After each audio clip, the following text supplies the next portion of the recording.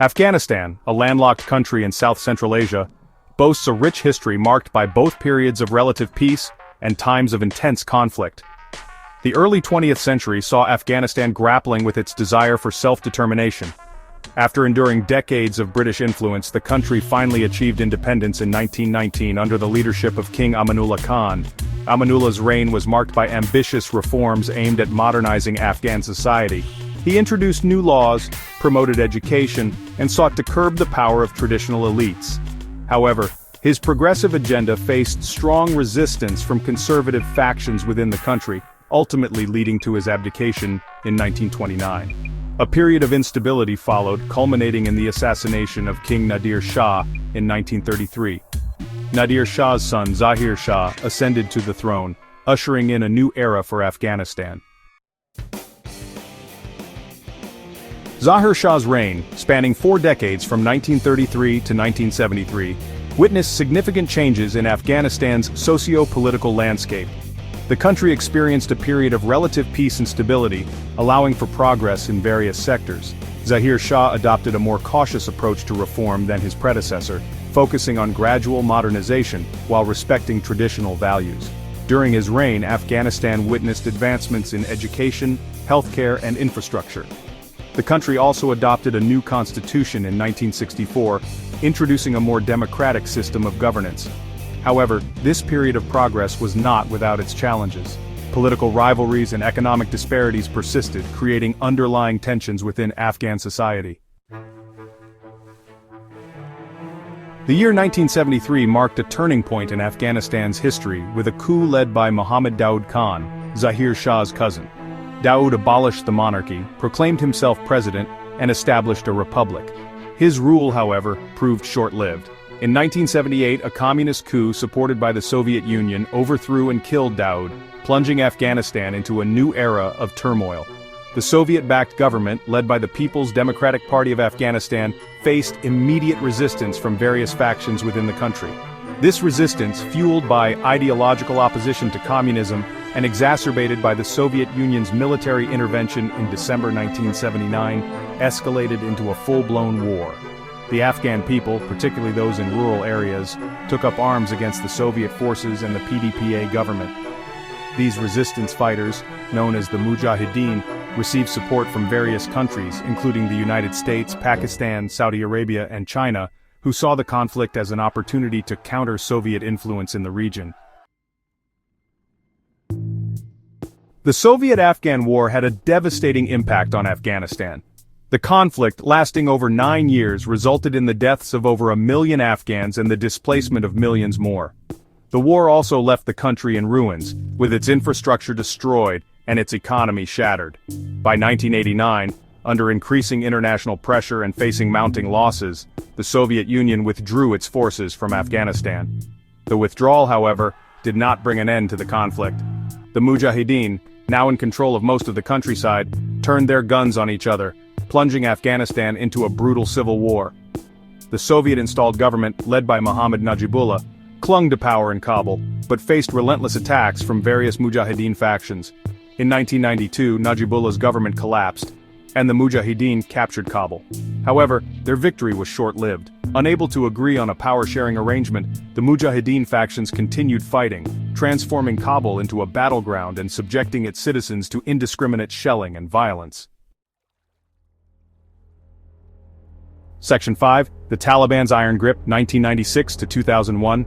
Amidst the chaos and lawlessness that engulfed Afghanistan in the post-Soviet era, a new force emerged in the southern city of Kandahar, the Taliban. Composed primarily of Pashtun students from Islamic religious schools, or madrasas, the Taliban promised to restore order and impose their strict interpretation of Islamic law. Capitalizing on the widespread disillusionment with the Mujahideen's infighting and corruption, the Taliban quickly gained popular support. Their strict disciplinary code, their reputation for honesty, and their effectiveness in restoring a semblance of order in areas under their control contrasted sharply with the brutality and chaos that characterized the rule of many Mujahideen commanders. By 1996, the Taliban had captured Kabul, overthrowing the government and establishing themselves as the dominant force in Afghanistan. Their victory marked the beginning of a dark chapter in Afghan history, The Taliban, with their rigid interpretation of Islamic law, imposed a repressive regime on the Afghan people, particularly women, who faced severe restrictions on their freedom of movement, education, and employment. Public executions and amputations became commonplace. The Taliban also provided sanctuary to Osama bin Laden and his al-Qaeda network, allowing them to use Afghan territory as a base for planning and training for terrorist attacks, including the horrific attacks of September 11, 2001. Section 6. The US-led invasion and the fall of the Taliban. The September 11th attacks on the United States, orchestrated by al-Qaeda from their safe haven in Afghanistan, fundamentally altered the international community's approach to the Taliban regime. The United States, with the support of international allies, launched a military intervention in Afghanistan in October 2001. The US-led invasion aimed to dismantle al-Qaeda's infrastructure, remove the Taliban from power, and establish a new, democratic government in Afghanistan. The Taliban, outmatched militarily by the US-led forces and facing internal divisions, were quickly ousted from power. Their regime crumbled within weeks, and many of their fighters were either killed, captured, or melted away into the rugged Afghan countryside. With the Taliban removed from power, a new chapter began in Afghanistan's tumultuous history. One marked by hope for a more peaceful and prosperous future, but also fraught with challenges and uncertainties. Section 7. The Long Road to Stability. Challenges of Reconstruction. The fall of the Taliban in 2001 ushered in a period of hope and optimism for Afghanistan. The international community pledged billions of dollars in aid to rebuild the war-torn country and help establish a democratic government. A new constitution was adopted in 2004, paving the way for presidential and parliamentary elections. Hamid Karzai, a Pashtun leader who had been critical of the Taliban, became the country's first democratically elected president.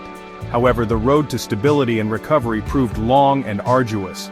The Taliban, though driven from power, remained a potent force, regrouping in their traditional strongholds in the south and east of the country, and launching a persistent insurgency against the Afghan government and its international allies.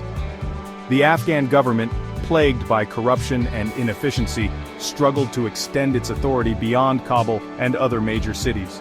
The resurgence of the Taliban, coupled with the slow pace of reconstruction and the persistence of corruption, posed significant challenges to the establishment of a stable and democratic Afghanistan.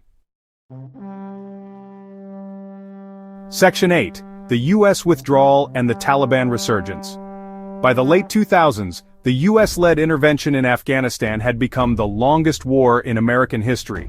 The human and financial costs of the conflict were mounting, and public support for the war was waning. In 2011, U.S. forces killed Osama bin Laden in a raid in Pakistan, dealing a major blow to al-Qaeda. This event, coupled with the growing weariness with the war, led to calls for a U.S. withdrawal from Afghanistan. In 2014, NATO formally ended its combat mission in Afghanistan, transitioning security responsibilities to Afghan forces. The U.S., however, continued to maintain a military presence in the country, providing training and support to Afghan forces and conducting counterterrorism operations against remnants of al-Qaeda and other extremist groups. Despite these efforts, the security situation in Afghanistan continued to deteriorate. The Taliban, exploiting the drawdown of international forces and the weaknesses of the Afghan government, made significant territorial gains. By 2018, they were estimated to control or contest more territory than at any point since their ouster in 2001. Section 9. Afghanistan under the Taliban. A new era of uncertainty. In February 2020, the Trump administration signed a peace agreement with the Taliban, paving the way for a phased withdrawal of U.S. troops from Afghanistan. The agreement, however, was criticized for failing to include the Afghan government in the negotiations and for making significant concessions to the Taliban. The Biden administration, upon taking office in 2021, announced its intention to honor the agreement and complete the withdrawal of U.S. troops by September 11, 2021, marking the 20th anniversary of the attacks that had triggered the U.S. intervention.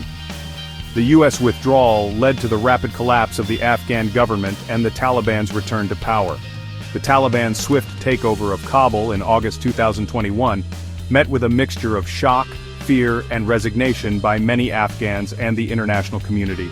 The return of the Taliban to power after 2 decades has plunged Afghanistan into a new era of uncertainty. The international community has condemned the Taliban's human rights record, particularly their treatment of women and girls, and has called for the establishment of an inclusive government that respects the rights of all Afghans.